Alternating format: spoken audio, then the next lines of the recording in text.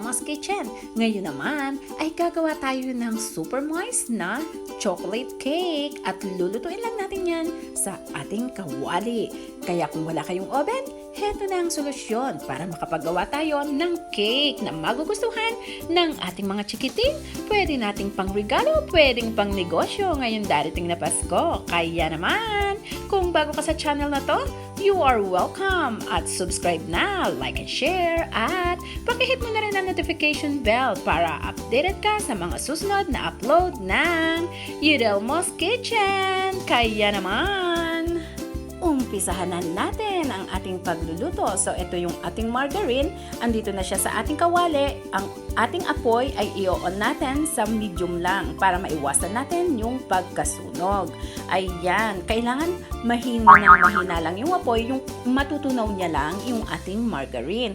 Pwede rin kayong gumamit ng butter at pwede rin naman na cooking oil. So, let's say maggagawa kayo ng cake, then emergency, walang margarine, okay na yung oil doon. Yun nga lang, kung margarine, meron siyang extra lasa na binibigay dito sa ating cake. So, ayan, tunaw-tunawin na natin.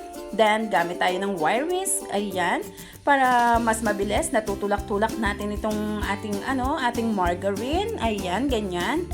Ayan. Basta kailangan lang, uulitin ko, yung apoy natin, huwag nating lalaksan. Malakas siyang makasunog. Pag malakas yung apoy, malakas makasunog itong ating margarine. So, ayan. Ala-alalay, tunaw-tunaw at ito na yung ating melted margarine. Ngayon naman, ay isusunod natin dito itong ating chocolate powder. Ayan. Pag ilalagay na natin yung chocolate powder, patayin na natin yung yung apoy. Para pag hinalo natin to, hindi ka agad maiigat. So, maiiwasan natin yung pagkasunog. Ganon. So, halo-halo lang tayo dyan hanggang sa mag-mix yung ating chocolate powder dito sa ating melted margarine. Okay. Ayan. Kailangan wala tayong matitira yung buo-buo. Kailangan sama siya dito sa ating margarine. Ayun, ganon, para masaya.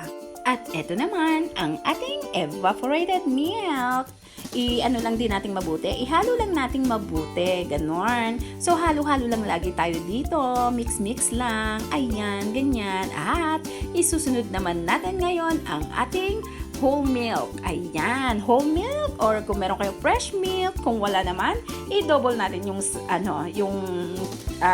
measurement ng evaporated milk at ilagay na natin ang ating vanilla na talaga namang super bango.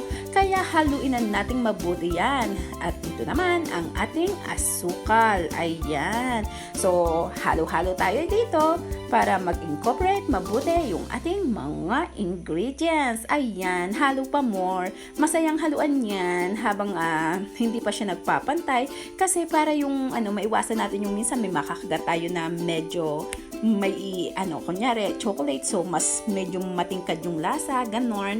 At ngayon naman, ilagay na natin itong ating harina. Ayan, ganyan. Bistay-bistayin, isama ang baking powder.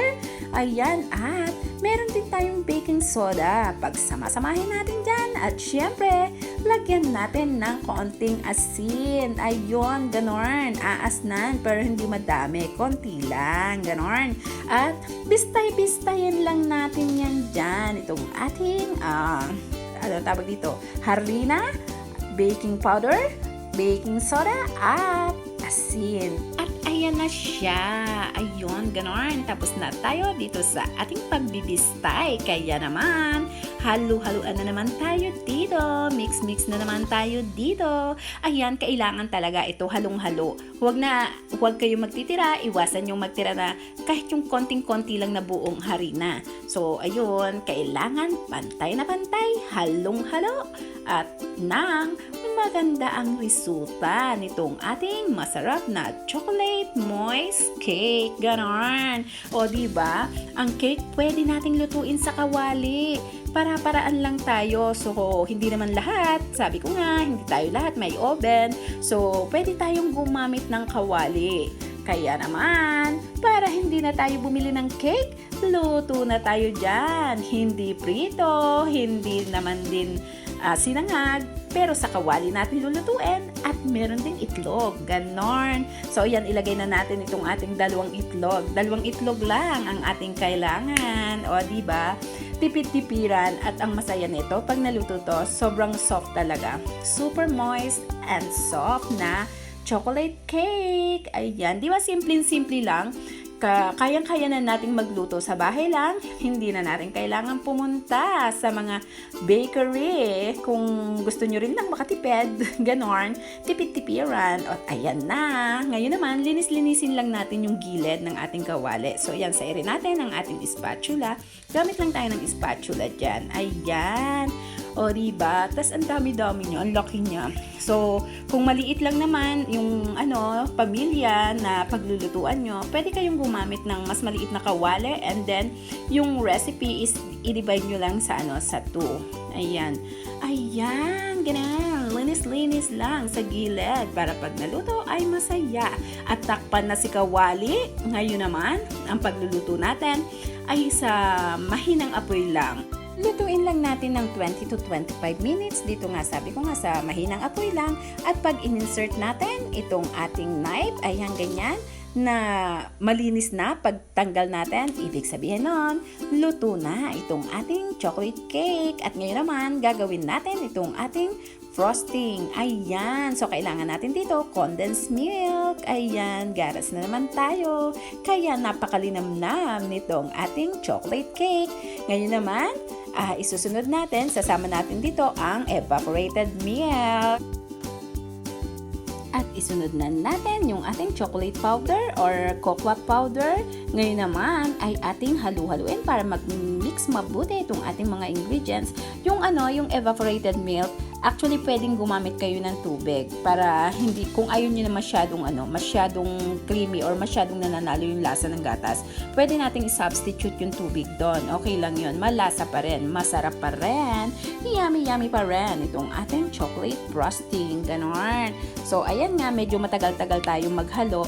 Dito, pwede nyo nang i-start yung yung ating apoy ng ng low heat lang. Siyempre, medyo mahina kasi gatas to, medyo madaling masunog. At lalagyan natin ng margarine or butter. Isasama lang natin dyan, halo-halo. Siyempre, ganon. Wala tayong tigil sa halo-halo at tandaan, ang apoy ay mahina lang. At kapag uminit na yan, magsasama-sama naman yan lahat. So, kailangan tunaw na tunaw itong ating cocoa powder kasi pag hindi natin tinunaw mabuti, may part na magiging medyo mapait siya. Ganon. So, tsaga-tsaga lang ng paghalo. At pagka kumulo na yung ating milk at saka nagmelt na itong ating margarine or butter, mabilis na lang yan. So, ayan. Gamitan din natin ng whisk para maiwasan din yung pagkabuo-buo kapag kumukulo-kulo na. Kumukulo-kulo, ganon. Lang to, iigahin lang natin yung kalahating part. Kapag nangalahati na yung nito, yung dami, or medyo lumapot-lapot na, or nag-stick na ng konti, okay na yon. Napakabango talaga ng chocolate. Ayan, so halo pa more at iaangat-angat natin yung kawali para hindi siya umapaw. Kasi once na na medyo mainit na siya, parang medyo aapaw, or pwede rin naman kayong gumamit ng mas malaking kawali, ganon. Gusto ko lang din pahirapan paminsan-minsan yung sarili ko, ganon. At ayan, o diba, ang bango-bango na niya, at eto na yung sinasabi ko na medyo na siya, medyo malapot na, at saka nangalahati na yung dami. Ayan, pwede na yan. Ang bango-bango talaga nitong ating chocolate. Actually, pwede nyo itong gamitin kahit hindi lang sa cake. Pwede itong pampalaman sa tinapay. Ginagawa to ng mga anak kong pampalaman sa tinapay, or minsan naman sausawan ng mga strawberries, ganon. Ang sarap niya. At ngayon naman, syempre, ilagay na natin dito sa ibabaw ng ating nilutong cake. Ayun, ganon. So, ayan, nakakatakam na. At itong cake na to, talagang siya, super soft. Yeah. Mas kasi minsan pag oven nada-dry, eto hindi, moist na moist. So ayun, ganoon. Nakakatakam na, kaya mag-ready na tayo ng pang-partner na inumin dyan. Pwedeng kape, pwedeng soft drinks para masaya ang ating kwentuhan. Ayan, ganyan. So dun sa mga nanay na gustong magtipid or gustong ma-experience yung sila mismo yung gagawa ng cake ng kanilang mga anak, pwede nyo itong i-try, or yung mga pamilya merienda natin. Madalian lang, mabilis ang lutuan. Pwede nating itry ang ating super moist na chocolate cake na niluto lang dito sa ating kawali. Ayan, nakakatakam ang ating masarap na cake. Homemade, pati yung ating frosting talaga, start from the scratch. Kaya naman, maraming salamat po muli sa inyong lahat. Again, this is Bella, ang inyong kusinera ng Yudelmos Kitchen. Kung nagustuhan nyo ang video ito, please like, share, and subscribe. At atin ang titikman yan. And mega love shoutout. Kaya naman, bye-bye at mag-ingat po tayong lahat.